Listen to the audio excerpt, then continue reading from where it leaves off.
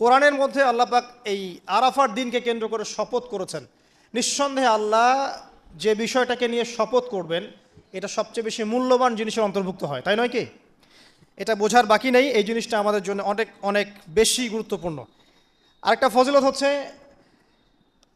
কাতাদা রাদিয়াল্লাহু আনহু আবু কাতাদা রাদিয়াল্লাহু আনহু থেকে বর্ণিত আছে সহিহ মুসলিমের 1162 নম্বর হাদিসে নবী করিম সাল্লাল্লাহু আলাইহি ওয়াসাল্লাম বলেছেন, যে ব্যক্তি আরাফার দিনে সওম রাখবে, রোজা রাখবে, হজ করতে এসেছে, হাজি নয় এমন ব্যক্তি, হাজিদের জন্য নয়, বাইরে যারা আছে আমরা তাদের জন্যে, যে ব্যক্তি আজকের দিনে সওম রাখবে তার পূর্ববর্তী 1 বছর এবং পরবর্তী 1 বছরের গুনাহ আল্লাহ পাক মাফ করে দিবেন ইনশাআল্লাহ তাআলা। আর এই দিনটাকে নিয়ে, রোজা নিয়ে অনেক কনফিউশন আমাদের মধ্যে চলে আসছে এখন, আজকে রাখবো না কালকে রাখবো ইত্যাদি। হাদিসের মধ্যে ইয়াউমুল আরাফা শব্দ এসেছে, আরাফার দিনে সওমের কথা এসেছে, ইয়াউমুত তাসি' বা নবম দিনের কথা আসে নাই। এটা নিয়ে